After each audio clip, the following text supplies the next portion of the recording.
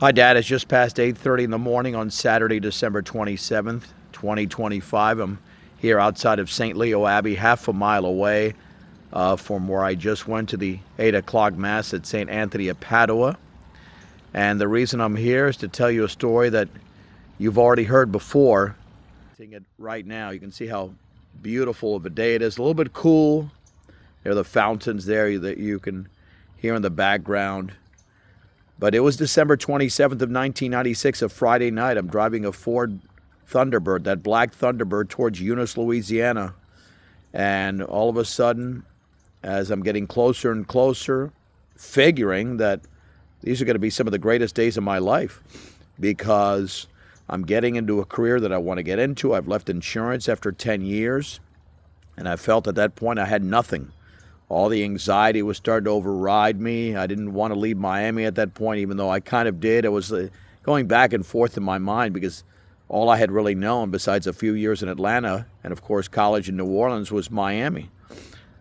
But what happened at that moment on that Friday night is that God spoke to me.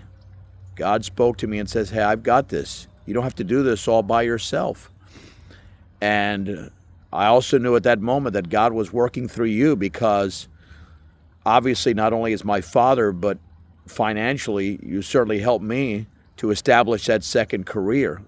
So God was working through you, and because he was working through you, and not just with money, but with so many other things as my dad, I was able to get back to my Catholic faith because that's when God spoke to me that night and said, hey, like I said, I am with you. And I decided that night in listening to the Lord that Sunday, December 29th, I'd be going to Mass again and never miss. And it happened to be at St. Anthony in Eunice, Louisiana, even though I became a parishioner at St. Thomas More. But it was all good. I remember walking into church that Sunday almost feeling uncomfortable that I hadn't been inside of a Catholic church in a while. I was basically going Christmas and Easter. I was in the very back row. I don't think I even took communion that day, and it took me a long time till I got back to confession. I mean, many, many years. So I was definitely taking communion when I shouldn't have for so many years. But the bottom line is that through that night, through that conversion night, December 27th of 1996, a Friday night, I realized that without my dad, without everything you did for me, especially that huge transition in my life, I wouldn't be at the Abbey right now. I might not even be married. I mean, who knows where my life would be. I wouldn't have been in Fort Morgan, Colorado. I wouldn't be in San Antonio, Florida. But here we are.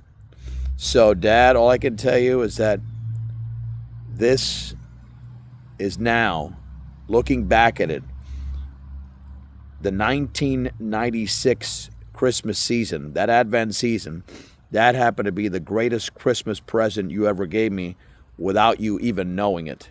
Friday, December 27th of 1996.